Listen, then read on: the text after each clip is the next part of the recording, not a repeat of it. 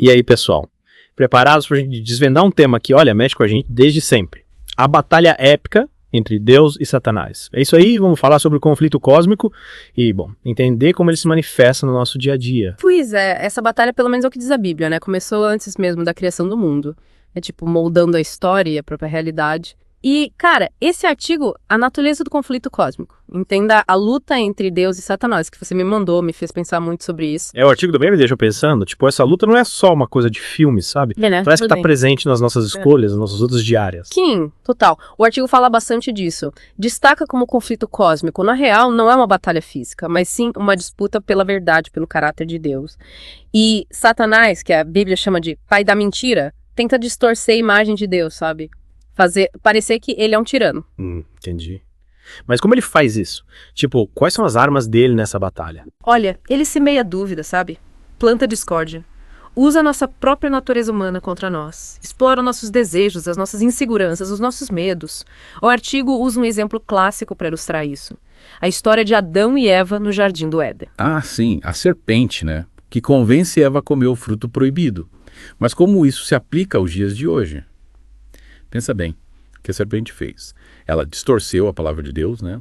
Plantou a dúvida na mente de Eva, fez ela questionar a bondade de Deus. E não é o que acontece hoje em dia também. Quantas vezes a gente não se deixa levar por falsas promessas, por ideologias que distorcem a verdade? Verdade. A gente vê isso na mídia, nas redes sociais, até nas conversas do dia a dia, né? Com certeza. É um bombardeio de informações constante. E nem sempre a gente consegue, discernir o que é verdade, o que é mentira. E é aí que Satanás se aproveita, usando essas informações distorcidas para nos afastar de Deus. Então, basicamente, ele se disfarça, né? Se esconde atrás de coisas aparentemente inofensivas para nos enganar. Isso aí. Ele é astuto, né? Não aparece de cara feia, com chifres e tridente, ele se disfarça de anjo de luz, como a Bíblia fala. Usa coisas que a gente gosta, que a gente deseja para nos seduzir. Nossa, tem de arrepiar. Mas e aí? Como a gente se protege disso? Como escapa das garras do pai da mentira? Aí que entra a importância de conhecer a Deus de verdade, de ter uma base sólida na palavra de Deus. Quando a gente conhece o caráter de Deus, a gente consegue identificar as mentiras de Satanás com mais facilidade. Faz sentido. Mas e como a gente faz para conhecer a Deus de verdade? Só lendo a Bíblia já basta. Ler a Bíblia é fundamental, claro. Mas não basta só ler por ler, né? É preciso meditar na palavra de Deus, buscar entender o que Ele quer nos dizer, aplicar seus ensinamentos no dia a dia. E a oração? Qual o papel dela nessa história toda? A oração é a nossa linha direta com Deus, né? É um momento de abrir o coração para Ele, conversar com Ele, pedir orientação, agradecer. É através da oração que a gente fortalece a nossa fé, que a gente se aproxima de Deus. E, claro, se blinda contra as investidas do inimigo. Então a gente precisa ter uma vida de oração constante, né? Não adianta só rezar de vez em quando a coisa tá feia. Exatamente. A oração não pode ser só um botão de pânico que a gente aperta quando tá desesperado. A gente precisa cultivar um relacionamento íntimo com Deus, sabe? Conversar com Ele todos os dias, buscar a sua presença em todos os momentos. E como a gente sabe que Deus tá ouvindo as nossas orações, às vezes a gente reza e parece que nada acontece. Deus sempre ouve as nossas orações, mas nem sempre a resposta é imediata, ou da forma que a gente espera. A gente precisa confiar que Deus sabe o que é melhor pra gente, né? Que Ele tem o tempo certo para todas as coisas. E se a gente estiver pedindo algo errado? Algo que não é da vontade de Deus? Ele atende do mesmo jeito? Deus é soberano, né? Ele tem o poder de fazer o que Ele quiser. Mas Ele também é amoroso. Ele não vai nos dar algo que vai nos prejudicar, que vai nos afastar dEle. Se a gente pede algo que não é da vontade dEle, Ele pode negar, claro. Mas sempre vai nos dar algo melhor em troca. Então, a gente precisa ter fé, né? Confiar que Deus sabe o que é melhor pra gente, mesmo que a gente não entenda os planos dele. É isso aí. A fé é fundamental nessa batalha contra o mal. É a fé que nos dá força para resistir às tentações, para enfrentar as dificuldades, para seguir em frente mesmo quando tudo parece perdido. E quando a nossa fé fica fraca? Quando a gente começa a duvidar de Deus, o que a gente faz? A gente busca Deus ainda mais. A gente se apega à sua palavra, pede a Ele que fortaleça a nossa fé, a gente se cerca de pessoas que nos inspirem, que nos ajudem a manter a chama da fé acesa. E falando em fé, qual o papel de Jesus nessa história toda? Jesus é a peça fundamental nesse quebra-cabeça. Ele é a prova viva do amor de Deus por nós. Ele é a chave para a vitória contra o mal. Mas como assim? Se Jesus é tão poderoso porque ele se deixou ser crucificado, parece meio contraditório, né? Na verdade, a crucificação de Cristo é o ponto alto do conflito cósmico. É ali que a gente vê a força do amor de Deus, que entrega seu próprio filho para nos salvar. Mas como a morte de Jesus pode nos salvar? Jesus morreu na cruz para pagar o preço dos nossos pecados, para nos libertar do poder do pecado e da morte. Através da sua morte e ressurreição, ele nos oferece a vida eterna, a reconciliação com Deus. Então, a cruz não é um símbolo de derrota, mas sim de vitória. Exatamente, a cruz é o símbolo do amor incondicional de Deus por nós, da sua vitória sobre o pecado e a morte. É através da cruz que a gente tem acesso à salvação, à vida eterna. E como a gente se apropria dessa salvação? O que a gente precisa fazer? A gente precisa reconhecer que somos pecadores, né? Que precisamos de um Salvador. A gente precisa se arrepender dos nossos pecados, pedir perdão a Deus e colocar a nossa fé em Jesus Cristo como Senhor e Salvador. E como a gente sabe se realmente fomos salvos? Se Deus nos perdoou? Quando a gente sente a paz de Deus no nosso coração. Quando a gente tem a certeza de que Ele nos ama e nos perdoou. Quando a gente tem o desejo de viver uma vida nova agradando a Ele. E a partir do momento que a gente é salvo, a gente nunca mais peca. A gente se torna perfeito. A salvação não nos torna perfeitos da noite por dia, né? A gente continua sujeito às tentações. A gente ainda é. A gente ainda peca. Mas a diferença é que agora a gente tem Espírito Santo habitando em nós, nos guiando, nos ajudando a vencer o pecado. Então a gente precisa ter paciência com a gente mesmo, né? A vida cristã é uma caminhada, um aprendizado constante. Com certeza. A gente não vai se transformar em santos da noite para o dia. É um processo de santificação, de crescimento espiritual, de busca por Deus a cada dia. E aí, pessoal, de volta para a gente continuar desvendando esse mistério do conflito cósmico, né? A gente estava falando na parte anterior sobre a importância da fé, lembra? Mas e aí, como essa fé se traduz na nossa vida real? Como colocamos ela em ação? Pois é, acho que a gente precisa entender como essa batalha espiritual, né? Se mostra no nosso dia a dia, tipo, como a gente sabe se é Deus agindo ou, sei lá, Satanás nas nossas vidas. Exatamente. E o artigo que a gente está usando como base, ele fala de um ponto crucial. A batalha pelo caráter de Deus. Satanás, ele tenta de tudo para, manchar a imagem de Deus, né? Fazer ele parecer um tirano, um ser distante, insensível. Mas a verdade, a gente sabe, é que Deus é amor, justiça, misericórdia. Mas como saber qual é a verdade? Tem tanta gente falando tanta coisa diferente sobre Deus, né? Como saber em quem acreditar? E é aí que a gente precisa, mais do que nunca, né? Conhecer a palavra de Deus. A Bíblia. É nela que a gente encontra a verdade. A verdade sobre Deus, sobre o seu caráter, sobre os planos dele pra gente. Pra humanidade. Mas e a Bíblia, né? Não é um livro cheio de histórias antigas, de leis complicadas, sei lá, como ela pode ser, útil pra nossa vida hoje. A Bíblia é um livro do vivo, sabe? Atemporal. A mensagem dela, ela atravessa os séculos e se aplica pra gente hoje da mesma forma que se aplicava, sei lá, milhares de anos atrás. Interessante. Mas como a gente aplica esses ensinamentos antigos na nossa vida moderna? É tão corrido, é tão cheio de desafios. A gente precisa buscar a orientação do Espírito Santo. Pedir para Deus, para Ele nos ajudar a entender a sua palavra, a aplicar os ensinamentos dele, né, no nosso dia a dia. Então quer dizer que não adianta só ler a Bíblia por ler, né? Tem que ter oração junto. Exatamente. A oração e a leitura da Bíblia, elas são como duas asas que nos levam para cima na nossa caminhada espiritual. Através da oração a gente se conecta com Deus, conversa com Ele, pede orientação, e através da leitura da Bíblia a gente conhece a vontade dele, os planos dele, os seus ensinamentos. Faz sentido. Mas e quando a gente lê a Bíblia não entende nada? Ou quando a gente olha parece que, sei lá, Deus não está ouvindo o que fazer. Aí a gente precisa ter paciência, perseverança. Nem sempre a gente vai entender tudo de primeira, né? Nem sempre a gente vai sentir, a presença de Deus de forma imediata. O importante é continuar buscando, sabe? Continuar orando, continuar lendo a Bíblia. Mesmo quando não tiver vontade.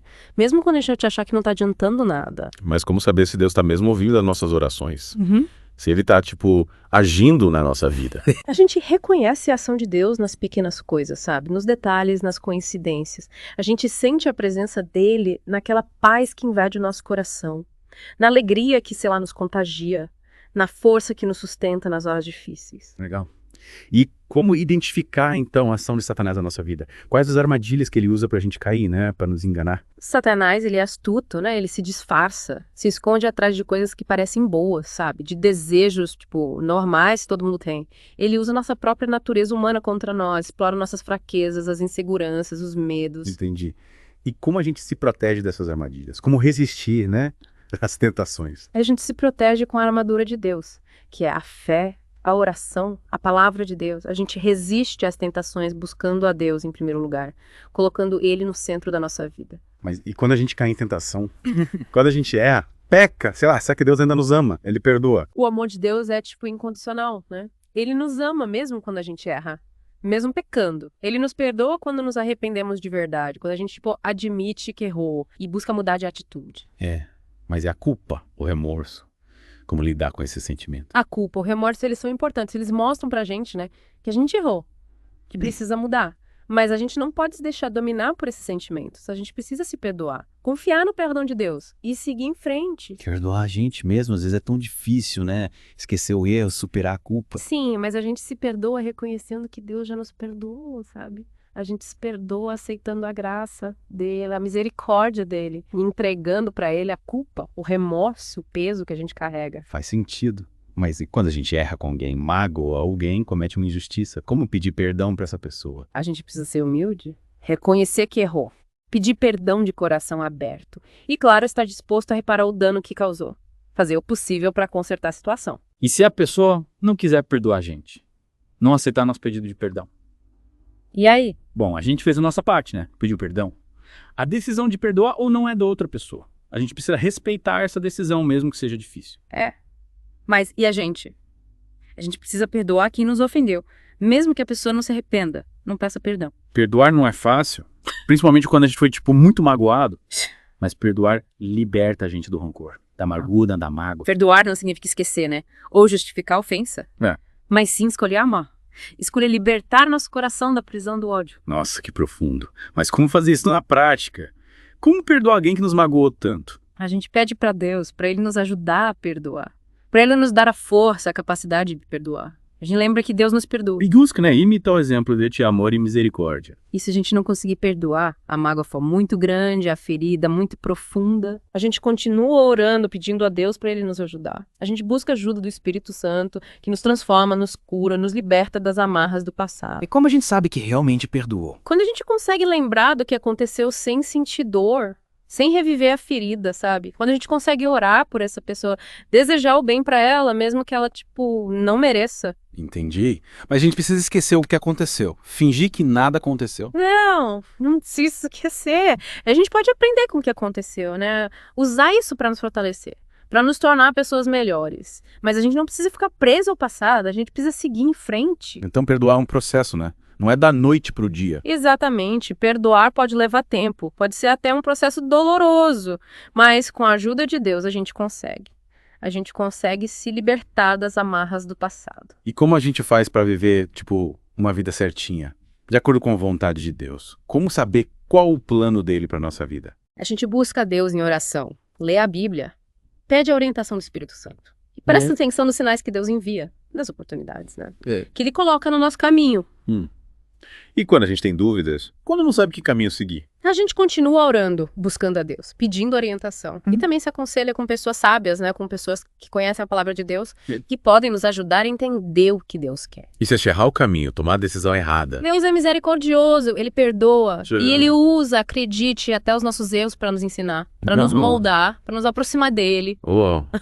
Então a gente não precisa ter medo de errar. A gente precisa ter cuidado, né? Buscar a sabedoria de Deus para tomar as decisões certas. Mas não precisa ter medo de errar. Deus está sempre pronto para perdoar, para levantar a gente, para colocar de volta no caminho certo. Que bom saber. E como lidar com o medo de fracassar? Com a insegurança e a dúvida. A gente entrega os nossos medos para Deus. Confia na proteção dele, na providência dele. Lembra que Ele tá com a gente, né? Em todos os momentos. Que ele nunca vai nos abandonar. Mas tá quando a gente se sente sozinho, abandonado por Deus. Aí a gente busca a presença dele, né? Em oração, se aproxima dele lendo a Bíblia. Lembra das promessas dele, da fidelidade dele, do amor incondicional dele por nós. Verdade. E como ter mais fé? Confiar mais em Deus.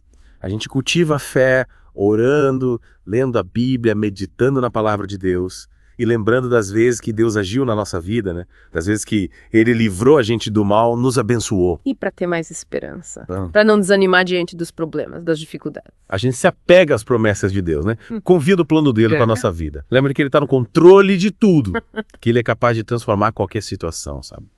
Pro nosso bem. E para ter mais amor, amar a Deus e ao próximo de verdade, de forma genuína. A gente se aproxima de Deus, conhece o amor dele por nós e busca imitar o exemplo dele de amor. A gente ama a Deus obedecendo os mandamentos dele, servindo ele de coração. E ama o próximo, fazendo bem, sabe? Praticando a bondade, a compaixão, o perdão. Mas como amar as pessoas difíceis, aquelas que nos magoam, que nos decepcionam.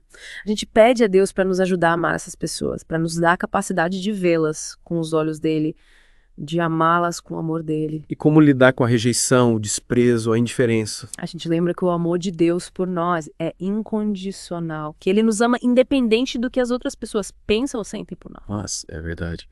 E como superador da perda, da separação, da morte. A gente se apega na esperança da ressurreição, né?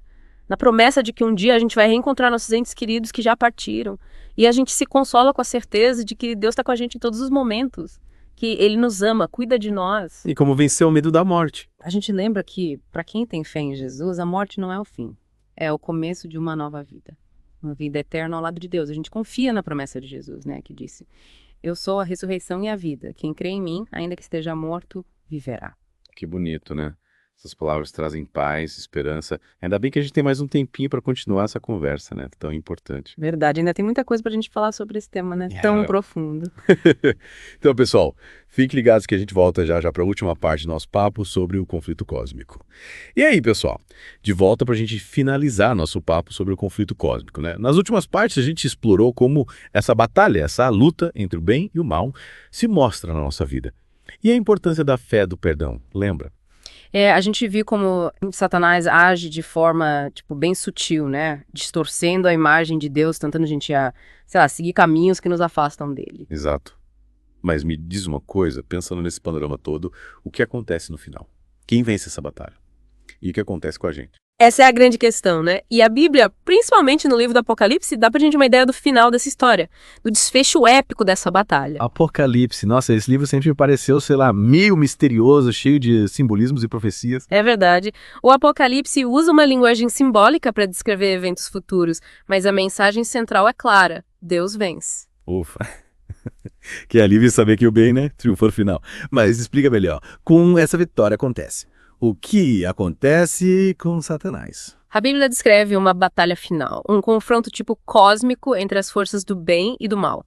E nesse embate final, Satanás e seus seguidores eles são derrotados e lançados no lago de fogo, um lugar de tormento eterno. Nossa, que derrota, né? Mas e a gente? Qual é o nosso papel nesse final? O que acontece com a humanidade? Aí que a coisa fica ainda mais interessante. A Bíblia fala da criação de um novo céu e uma nova terra. Um lugar onde não vai ter mais dor, sofrimento, morte, um lugar de paz, justiça e alegria eterna. Parece um sonho, né? Viver num lugar perfeito, sem as dificuldades que a gente enfrenta aqui. Mas quem vai para esse lugar? Todos nós temos chance de, fazer parte dessa nova realidade. Lembra que a gente falou sobre a importância das escolhas? Deus nos dá o livre-arbítrio, a liberdade para a gente escolher quem a gente quer servir. E essa escolha, ela define nosso destino eterno. Então, quem escolhe a Deus e aceita Jesus como Salvador, tem a garantia de viver nesse novo céu e nova terra. Exatamente. A Bíblia deixa claro que a salvação é um presente de Deus, sabe? Oferecido a todos que creem em Jesus Cristo como Senhor e Salvador. É pela fé em Jesus que somos perdoados e reconciliados com Deus, recebendo a vida eterna. Mas e se a gente, cometeu muitos erros, pecou muito, ainda tem chance. A misericórdia de Deus é infinita. E Ele está sempre pronto para perdoar quem se arrepende de verdade. Nunca é tarde para voltar para Deus, né? Reconhecer os nossos erros, pedir perdão. A salvação está disponível para todo mundo que busca ela com sinceridade. Então não importa o quanto a gente errou, o importante é se arrepender e voltar para Deus. Isso aí. O arrependimento, quando é sincero, é a chave que abre a porta para a salvação. Então a gente reconhece os erros, confessa os pecados para Deus, pede perdão. Ele nos purifica, perdoa e dá uma nova chance. Que bom. Mas e quem escolhe seguir o caminho de Satanás? O que acontece com essas pessoas? Qual o destino delas? A Bíblia fala de um lugar de tormento eterno, separado da presença de Deus, reservado para quem rejeita a salvação. É um lugar de sofrimento, angústia, longe do amor, da misericórdia de Deus. Nossa, que destino terrível, né? É difícil imaginar alguém escolhendo um lugar assim. Deus não quer que ninguém se perca. Ele ama todo mundo e quer que todos tenham a chance de conhecer Ele e receber a salvação. Mas, infelizmente, muitos escolhem seguir o caminho do pecado, da rebeldia, do egoísmo e acabam se afastando de Deus. Então quer dizer que essa batalha entre o bem e o mal, ela não fica só no mundo espiritual, ela se reflete nas nossas escolhas, né? No dia a dia, nas nossas atitudes, nos nossos relacionamentos. Exatamente. A cada dia, a cada decisão, a gente está escolhendo de que lado a gente quer ficar. Escolhendo entre a luz e as trevas, entre o amor e o ódio, entre a vida e a morte. Caramba, essa conversa está me fazendo pensar muito nas minhas próprias escolhas, no caminho que eu estou seguindo. E pensando no futuro, o que acontece depois que Deus vence? Como vai ser essa vida no novo céu e nova terra? A Bíblia descreve esse lugar como, incrivelmente bonito, sabe? Onde a paz reina, A justiça prevalece. E a alegria é constante, um lugar sem doenças, guerras, fome, sofrimento.